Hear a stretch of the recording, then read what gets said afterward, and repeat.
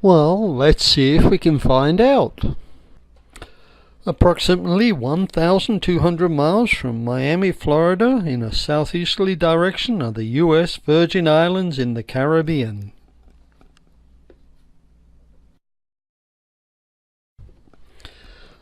Within these islands, located just 2.5 miles from Red Hook on St. Thomas and 1.5 miles from Cruz Bay on St. John, is Lovango Key. Lovango Key is a small island. It's only 118 acres. It rises to 255 feet above sea level at its highest point. Technically, it should be called Lovango Island because it doesn't meet the criteria of a key, which is a low island composed largely of coral and sand. However, we're not here to try and change its name. We're here to show you around a very special place called the Love Shack.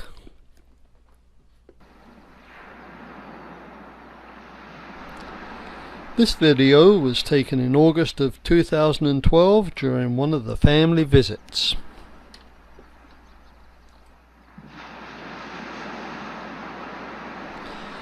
I'll begin with a look around the main building. As you look over its floor plan, I'll tell you a little bit about its history. In 2002, Wally and Tony Leopold moved to Lovango from St. John. They lived in a tent while they made the small cottage on the property livable.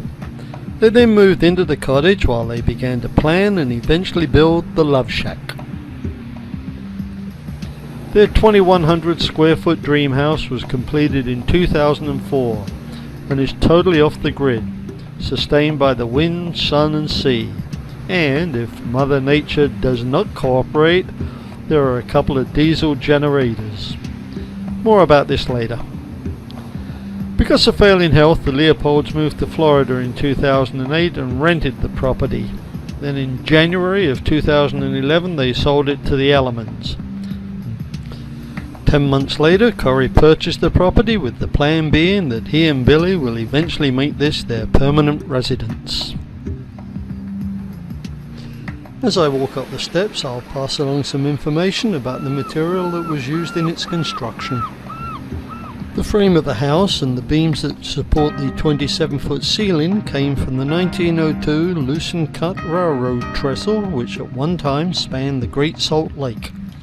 The hardwood floors are from reclaimed wide plank pine from Vermont, and the kitchen and veranda floors are remnants of demolished old Chicago buildings. The toned and grooved ceiling is pickled southern pine and it has a green tint that contrasts with the white walls and the timber framing. The stones, shells and sea biscuits that adorn the building came from the island. As you enter the house through the main door, you're greeted with two interesting chairs made from antique Australian fence posts. Turning left, you go into the veranda with its beautiful views of Pillsbury Sound and the Windward Passage.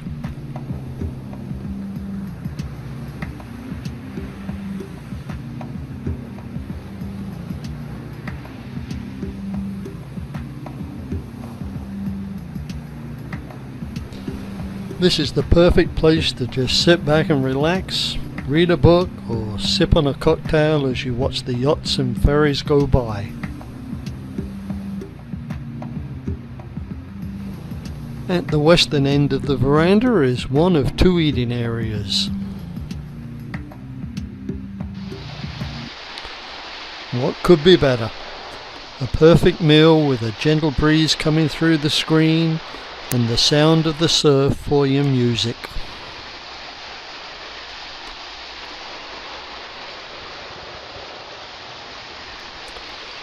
Now it's time to have a look around the family room and lounge area, or as it's sometimes called, the Great Room.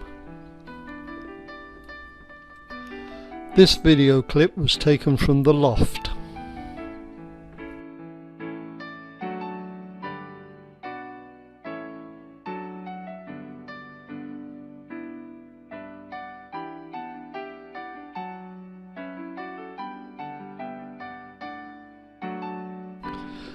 The attractive fireplace is built from coral and conch shells. In addition to satellite television, there is Wi-Fi access to the internet.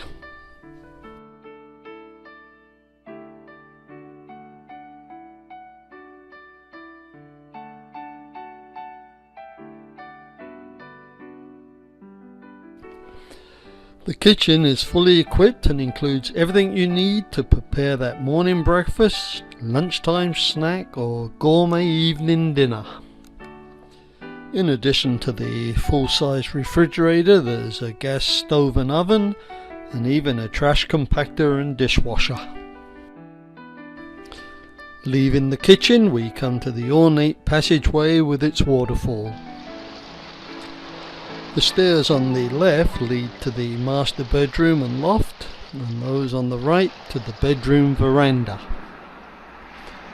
From here we can look across the St. John, take in the scenery and listen to the sounds of the waves as we relax in the chaise lounge. The doorway leads down to the hot tub patio and we'll visit there in a few minutes. But now we'll take the door that leads into the master bedroom.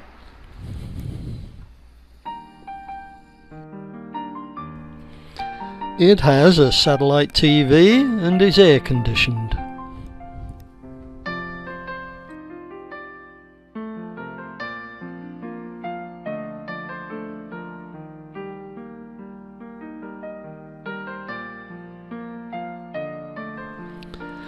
The adjoining bathroom includes a copper bowl vanity and an open shower. This is the view you have as you take your shower. Next we come to the laundry room. The door leads to the grounds at the rear of the house. Now we'll climb the stairs and visit the loft. This large open area can sleep 4 people and more if they utilize the floor space. As you can see, the sofa has a pull-out. And there is a large king-size bed. As I mentioned when walking up the steps to the love shack, some interesting material was used in its construction.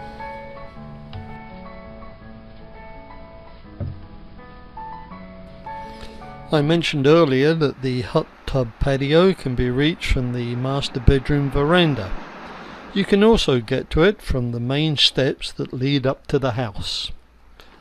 The steps lead down to the beach and a beach bar that we have nicknamed Drink and Go. We'll visit there at the end of the tour. Now it's time to have a look around the cottage. It was built in the 1980s by a former owner, Rob Gawley. It was described as the greenest house in the nation by one newspaper. It survived multiple hours of pounding surf from Hurricane Hugo, which devastated the island in 1989. Here's a very grainy photo of how it once looked. Inside there is a comfortable queen-size bed, a satellite TV, and most importantly, a beautiful view.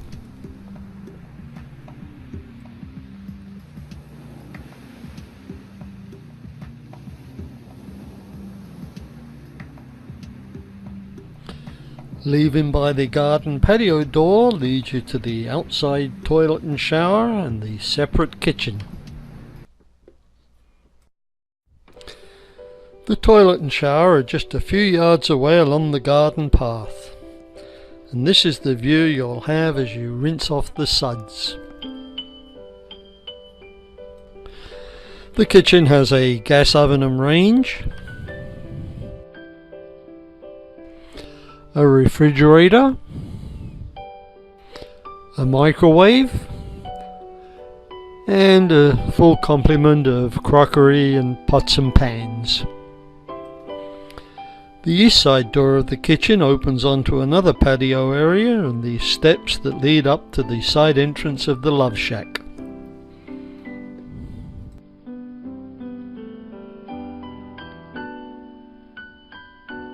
At one time, the ornate railway cart was used to haul groceries and goods up from the dock to the kitchen.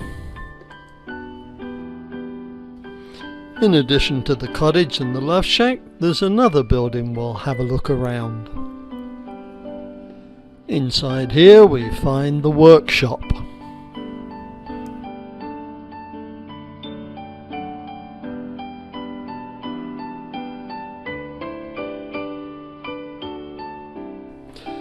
But it also has Santa's room. Here's the story. In 2007, the Leopolds invited an elderly island gentleman over for Christmas dinner.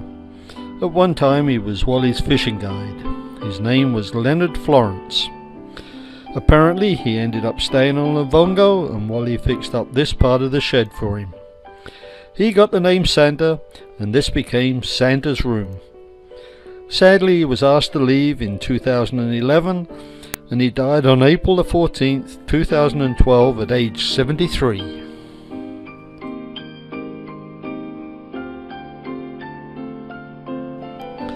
I mentioned earlier that the property is totally off the grid. Here are a few facts. The electric power comes from a wind generator and an array of solar panels that provide direct current to a bank of 3,200 amp hour 24 volt storage batteries. Then two 4 kilowatt inverters convert the stored direct current into alternating current for the lighting, refrigeration, ceiling fans, etc. There is an 18,000 gallon cistern under the love shack and a 2,000 gallon cistern under the cottage that store the rainwater. If the water levels fall too low, there is a reverse osmosis system that can produce up to 75 gallons of desalinated seawater per hour. If the sun and wind don't cooperate, there's a 21 kilowatt diesel generator that kicks in, and this is backed up with a 7 kilowatt generator. Finally, there's a multi-flow septic system that aerates and treats sewage to 98% purity. This results in grey water used for irrigation. This building is the control center with all the monitoring equipment. And these are the storage batteries. Well, that's the end of the tour. Now we'll take a stroll along the beach for a few yards to drink and go for a beer and say goodbye.